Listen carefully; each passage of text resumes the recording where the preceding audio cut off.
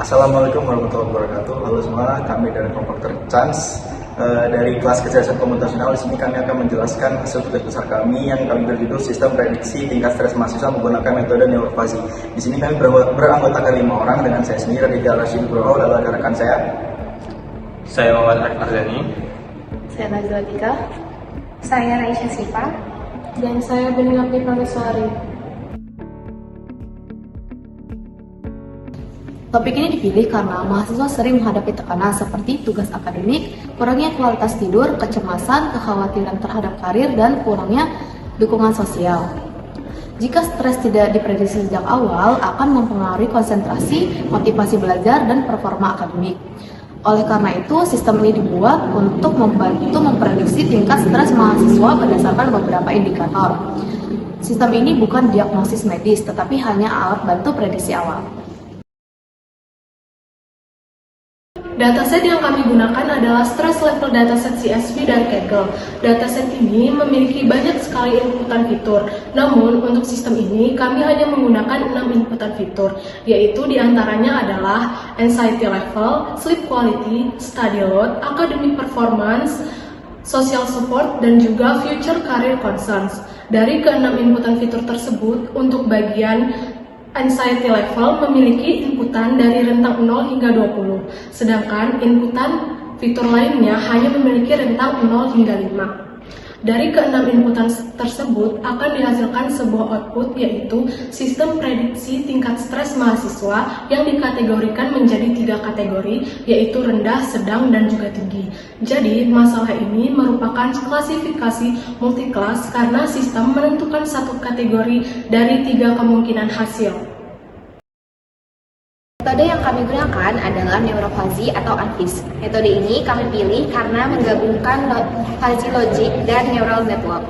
Fuzzy logic digunakan untuk menangani kondisi yang tidak pasti, seperti batas antara stres rendah, sedang, dan tinggi yang tidak selalu jelas. Sedangkan neural network digunakan agar sistem dapat belajar dari data. Pada sistem ini digunakan Gaussian Membership Function dengan bentuknya yang halus dan cocok untuk menggambarkan perubahan nilai input secara bertahap. Sistem ini juga memiliki FIS fallback sebagai cadangan ketika ANFIS tidak dapat digunakan. Oke, jadi metode yang kami gunakan dalam penelitian ini itu adalah kombinasi antara sistem fuzzy dan juga ANFIS. Sistem fuzzy digunakan untuk merepresentasikan pengetahuan dalam bentuk aturan. Nah, sedangkan ANFIS itu digunakan agar sistem dapat belajar dan menyesuaikan parameter berdasarkan data. Masuk ke tahap yang pertama itu adalah pre-processing data. Nah, jadi data yang kami gunakan itu berasal dari file ini, stress level dataset, yang seperti yang sedang saya tunjukkan. Jadi sebelum masuk ke model, data itu perlu dibersihkan terlebih dahulu dan itu akan dilakukan di pre-processing. Nah, agar tidak ada nilai yang kosong atau tidak sesuai. Nah, setelah itu fitur-fitur numerik dilakukan normalisasi atau penskalaan agar tiap fitur itu memiliki rentang nilai yang lebih seimbang. Jadi tahap ini itu penting karena jika skala fitur antar fitur itu terlalu berbeda, proses pembelajaran model bisa menjadi kurang optimal. Nah, setelah pre-processing itu selesai, data akan dibagi menjadi data latih serta data uji. Jadi akan dibagi menjadi 2. Oke, tahap yang berikutnya itu adalah tahap pembentukan keanggotaan fuzzy. Nah, pada tahap ini tuh setiap fitur input akan diubah menjadi kategori yang linguistik seperti low. Nah, itu akan diinput menjadi misalnya low, medium, serta high. Jadi misalnya suatu nilai yang rendah akan masuk ke kategori low, sedangkan nilai yang sedang itu akan masuk ke kategori yang medium. Jadi nilai yang tinggi masuk ke kategori high. Jadi fungsi keanggotaan ini itu digunakan agar data lebih dipahami oleh sistem fuzzy dalam bentuk yang lebih sederhana serta interpretatif. Jadi setelah fungsi keanggotaan dibuat, kita akan masuk ke fuzzy rules ya. Jadi penyusunan aturan fuzzy. Jadi aturan ini berbentuk if then, yaitu jika kondisi tertentu terpenuhi, maka sistem akan menghasilkan output tertentu. Jadi contohnya jika beberapa indikator menunjukkan kondisi yang tinggi, nah seperti ini itu kan banyak rules-rulesnya tuh kan. Jadi maka tingkat stres akan lebih dipercaya lebih tinggi. Jadi aturan fuzzy ini digunakan untuk menghubungkan kombinasi input dengan kelas tingkat stres seperti rendah, kemudian ada sedang, yang juga ada tinggi. Jadi berikut, oke. Yang berikutnya adalah fuzzy model. Nah, fuzzy model ini berbasis aturan digunakan sebagai baseline. Jadi artinya itu model itu akan jadi dasar sistem yang bekerja berdasarkan fungsi keanggotaan dan juga aturan if then yang sudah ditentukan. Jadi kelebihan dari model ini itu proses pengambilan keputusan itu lebih mudah dipahami. Jadi karena dapat melihat aturan yang sudah digunakan atau yang sudah dibuat. Jadi terus tapi juga ada kelemahannya. Kelemahannya itu adalah parameternya itu atau aturannya itu masih cukup bergantung pada desain awal yang dibuat secara manual. Nah, jadi untuk mengatasi hal itu, kami menggunakan ANFIS atau Adaptive Neural Fuzzy Inference System.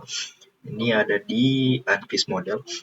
Itu menggabungkan konsep fuzzy dengan kemampuan pembelajaran dari jaringan saraf. Jadi struktur fuzzy itu tetap digunakan, namun parameter dalamnya dapat disesuaikan berdasarkan data pelatihan. Jadi yang begitu sistem nggak hanya bergantung pada aturan manual, tetapi juga dapat menyesuaikan diri terhadap pola yang terdapat dalam data set. Oke, pada proses berikutnya adalah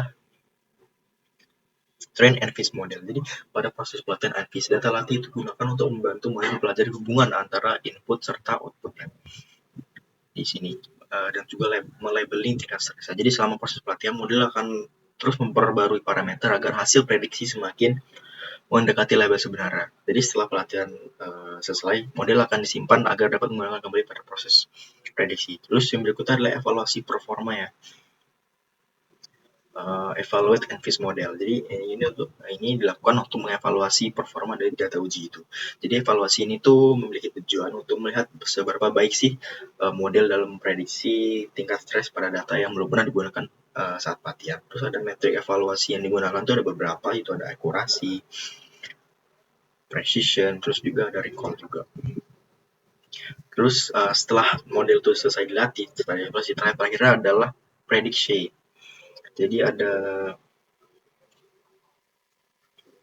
prediknya. Jadi di sini tuh pada tahap ini data akan masuk ke sistem, kemudian melalui proses fuzzy atau ANFIS untuk menghasilkan prediksi tingkat stresnya.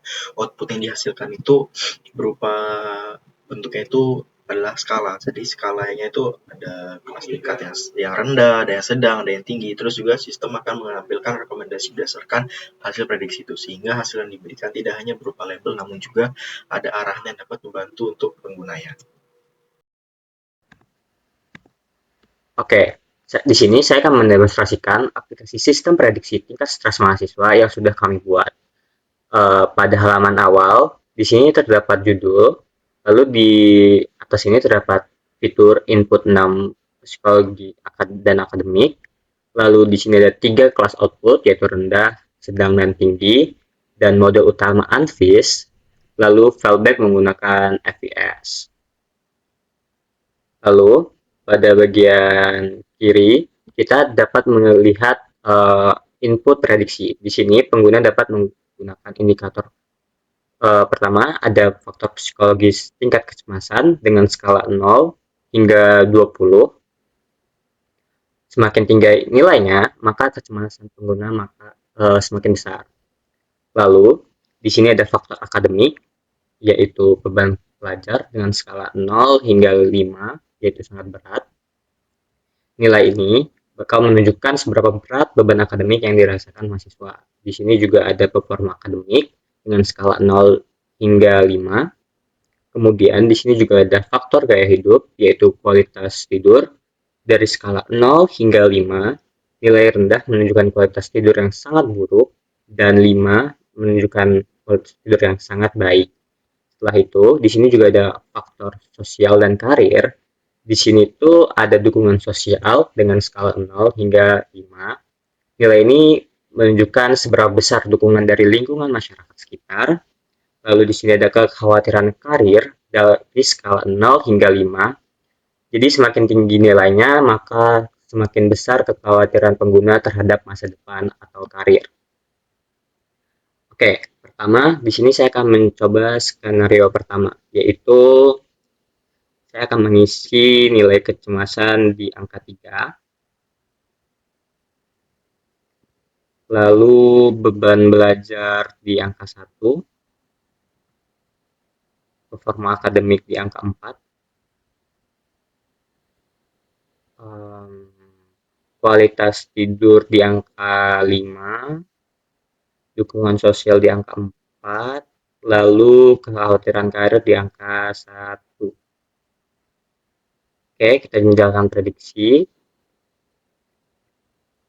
Oke, di sini setelah input dimasukkan, sistem akan menampilkan bagian prediksi di sebelah kanan. Pada bagian utama sini, sistem akan mengkategorikan tingkat stres pengguna. Di sini, hasil prediksinya adalah rendah. Jadi, dijelaskan juga kondisi ini relatif rendah, pertahankan gaya hidup sehat dan prioritas yang sudah berjalan. Selain itu juga terdapat confidence score, yaitu nilai keyakinan sistem terhadap prediksi yang diberikan. Di sini confidence score-nya ada 100.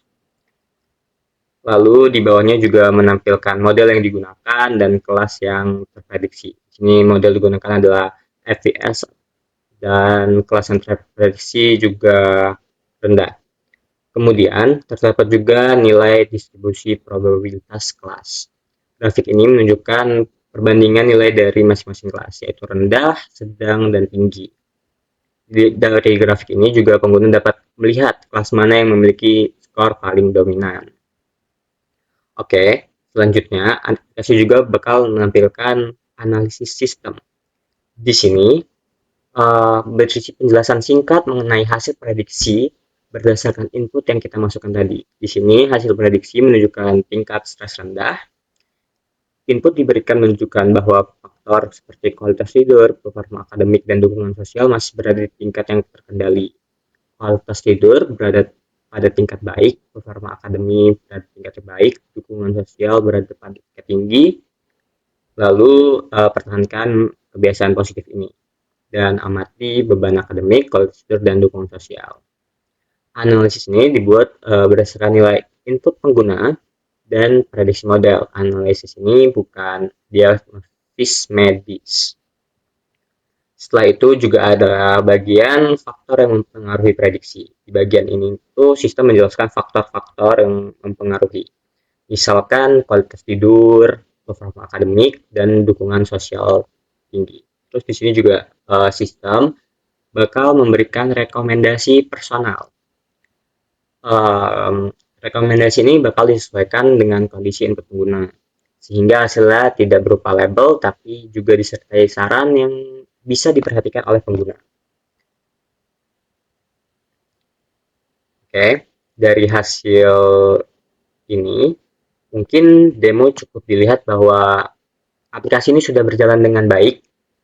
Pengguna cukup mengisi nilai dengan indikator slider, kemudian menekan tombol prediksi, dan sistem akan menampilkan hasil berupa tingkat stres, confidence score, distribusi kelas personal, distribusi probabilitas kelas, analisis sistem dan faktor yang mempengaruhi, serta rekomendasi personal. Sekian demonstrasi aplikasi saya, dan terima kasih.